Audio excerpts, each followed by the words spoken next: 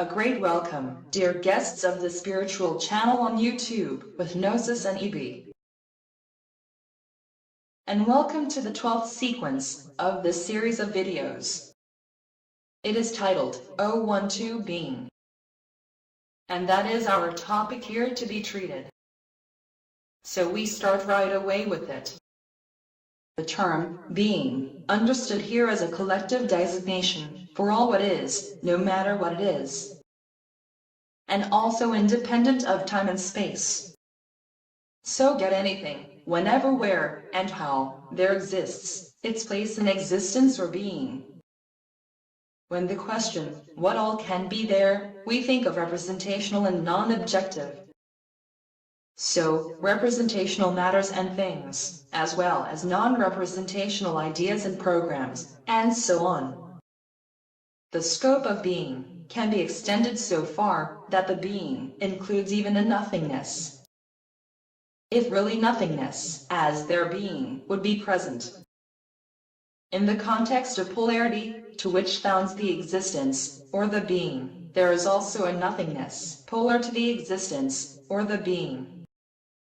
That sounds very paradoxical, and it is also, but this paradox cannot be resolved. For, if the existence or the being, everything encompasses what is, then it encompasses also a polar existing nothingness. And if that is so, then there is ergo, a total of only the existence, or the being, as a monopole, and nothing else besides. Nevertheless, polarity is the basis of the being, and so with the nothingness, as its polar opposite. Because of such immovable contradiction, we get the basis for a circular running system that cannot dissolve the contradiction, but provides a dynamic balance. The balance is that the existence, or the being, is at the same time on the one hand a monopole, and on the other hand a bipole, whereby these two opposite poles split the existence or the being and are in a mutual condition. And so the existence or being can be in double nature, on the one hand monopolar, and yet on the other hand also bipolar. In this two-sidedness, the monopoly provides the basis for nothingness to be constructed. For, there with nothingness is their being, it needs its construction by the existence or the being on the basis of monopole. As evidence for that, can be used the monopolar primal energy before the Big Bang. Only with the Big Bang becomes from the monopole, the bipole, or not, EB?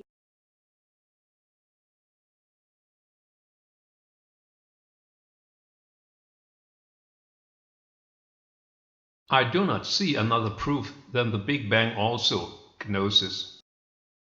The primal energy was a singularity by the cosmologist's view.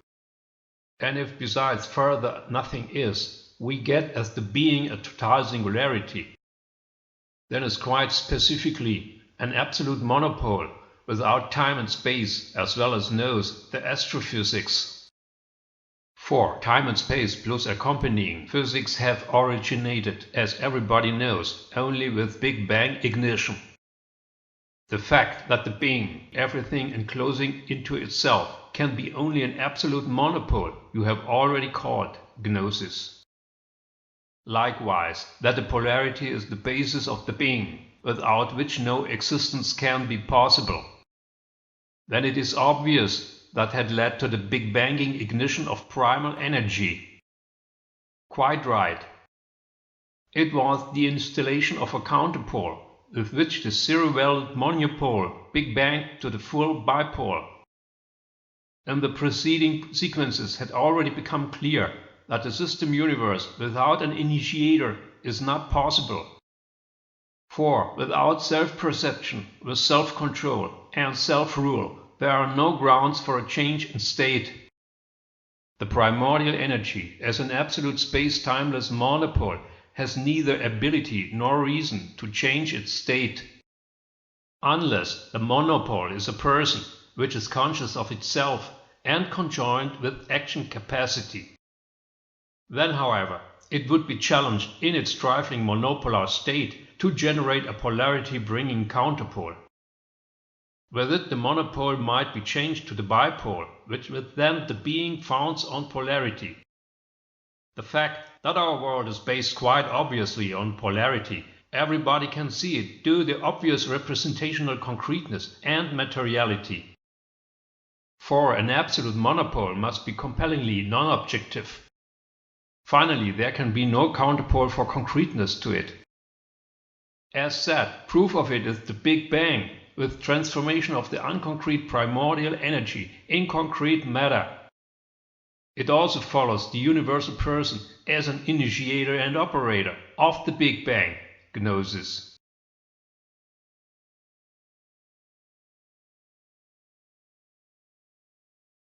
For the Big Bang owner, I do not need additional proof, EB. For me, he reveals itself also as a logical consequence of the entire complex. However, it is for me, in this sequence, about the existence in itself and less about authorship. For the reason of the existence, or the being, one must penetrate nevertheless substantially deeper into the material matter. Completely right down, at the bottom in the reason, one comes on the question, why not really nothing is?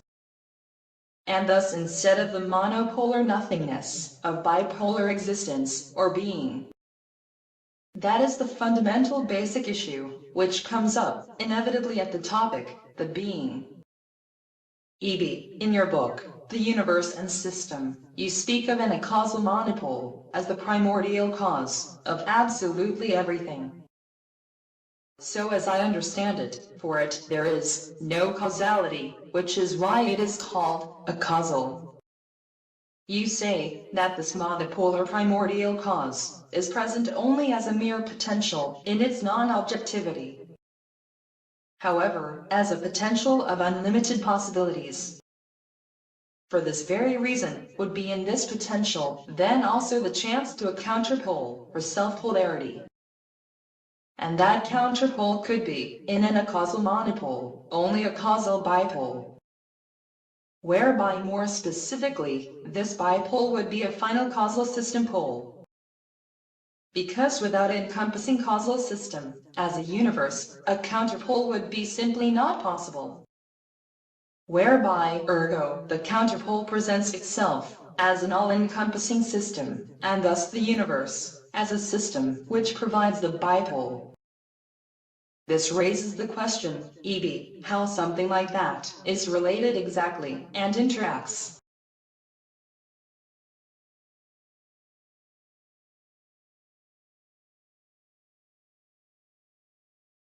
In order to demonstrate this gnosis, we begin with the acausal monopole as the potential of unlimited possibilities. The most extreme possibility in the unlimited potential must be, here compellingly by the logic, a functional counterpole. Because in its importance and effectiveness it is not to beat by anything else. And this rightly, when only by this counterpole the acausal monopole gets reality. Otherwise remain the unlimited potential, without necessary reflection, a purely hypothetical and therefore unreal. Because reality is based on feedback and reflection, as we all know certain. And exactly this it is what the counterpole of the monopole in such functionality is able to deliver. So what has to be the counterpole of an acausal monopole? Clear, of course, one that is characterized by opposite properties. And so we get a causal final bipole, as contrary to the acausal monopole. Besides, arises how with polarity virtual law is a mutual condition. Is meant with it every pole obtains its reason from the respective counterpole. Specifically, it would look like this. The causal final system pole exists as a circulation, having a selective interface of the beginning and ending. This interface generates quasi-monopolar acausality in form of a neutralizing balance. Since there the circle has ended as well as has begun not yet, what causes a total of one selective neutralization. In this manner, the acausal monopole becomes recognizable as a superposition centrally within the final causal system pole. From there, it is not to be erased, because the superposition must be not only a result, but also condition or presupposition of the circulation. It follows that for the bipole each of the both being poles is contained within the other, that to an existence of the being in the functional self-polarity of acausal monopole and final causal system pole. Well, gnosis, therewith you have the context plus interaction.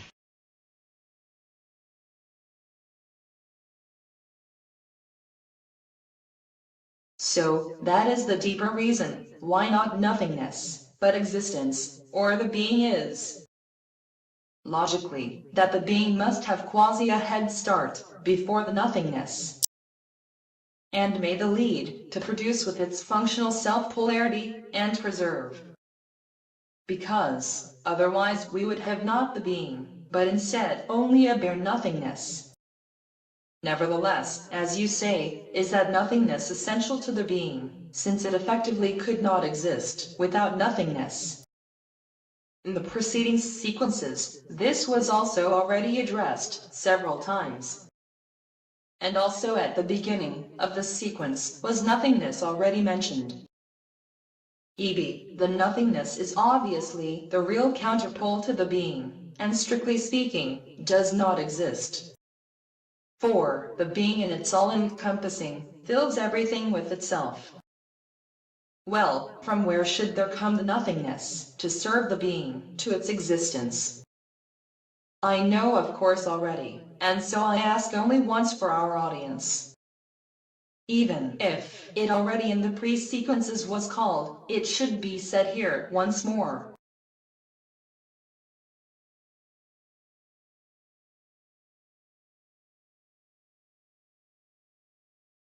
Okay, gnosis, but only briefly. What was there not been discussed was as follows. The acausal monopole as a potential of the boundless possibilities contains so also a failure. So a failure of the bipole as causal final system pole. Namely, while in the superpositional interface of the circulation the refusal remains undone, it is the execution of the world process. Then with it there would also be no circulation, and thus also no universe and system. Of course, the acausal monopole as a systemic superposition cannot be rejected. Finally, it is an existence basis of the causal final system pole. Therefore is rejected the failure of the causal final system pole as the counter possibility within the unlimited potential. This counter possibility of failure must be accurately given as real as possibility of non-failure. Then in the superpositional interface with circular execution, no phantom is rejected, but simply with non-execution of the rejection process, the real self-possibility of failure. With the real rejection of equally real non-execution as circular ongoing process, the universe is established as a system, whereby with the rejection of failure, the failure is defined as not being, thereby systemically required nothing is produced. For this nothingness is required for the binary nature, without which the being itself would be then like nothingness. Polarity and binarity but have been discussed sufficiently already in the precedent sequences.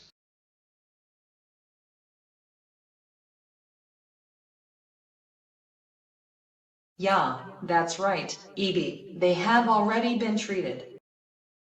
That thus without the binarity, quasi the screen remain black, had already been set out. Also, that existence can only work with polarity and binarity, became at the example of the EDP more than clearly. If we talk about the being, we think not only of its abstract basis, but, ditto, also to our own fateful existence, in the narrow borders, from birth to death. We know that our existence, in temporality, has to be accordingly finitely. At the same time, we therefore also hope for an alternative existence in timeless infinity. And that, from the earliest beginnings of mankind, as was concluded based on fossil burial finds, e.g., how it looks, had our human forerunners an idea of the infinity of life. At least culturally, up to the present day, with completely different models and specifications. What do you think the reasons for all of these conceptions and ideas are?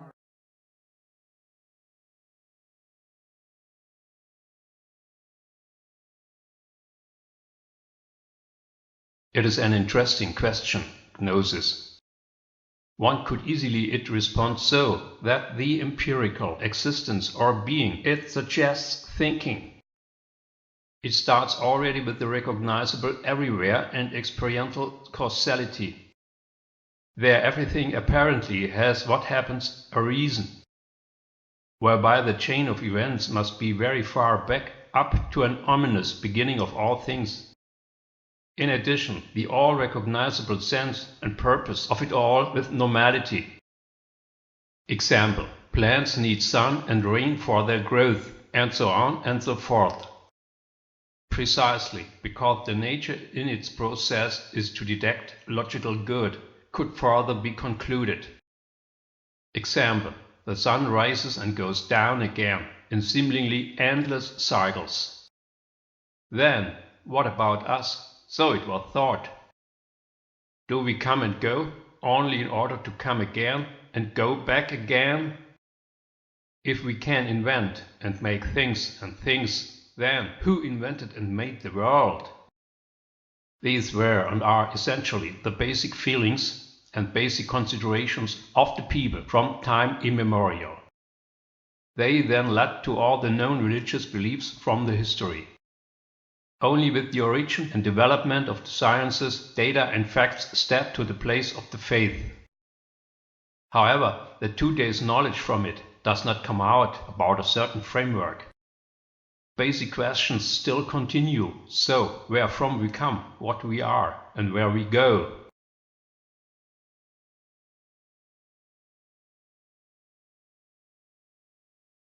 Science brings not just light into the darkness, but also creates new dark EVs. I think with the fact that with questions, if it does not go on anymore, knowledge with speculation is substituted. This becomes very clear in the cosmology, for example, with the multiverses and string theories and a lot more. Up to now in the sciences, only that had the validity, what was reproduced or proved. Science also works only with logic and causality, such as in mathematics and physics. Logic and causality are thus the means by which an initiator of the world can be detected and proved. To the annoyance and displeasure of a broad front of rejection in science and society, world authorship just means an absolute directedness in world-arising process. With the fundamental constants, such directedness is quite obviously, as we speak in cosmology, from the anthropic principle and anthropocentric worldview. This is well represented by the universe as a circle-running system, and closed in itself. In the pre-sequences, the world authorship was always been excluded. There should always be the focus only on the present specific topic. With continuation of the topic, becomes therefore in the next sequence the primal raising discussed. Therewith we have reached the end of our present theme, from universe and system. And so we say goodbye, from the 012 being sequence. We would be very pleased if the video series would find your favor.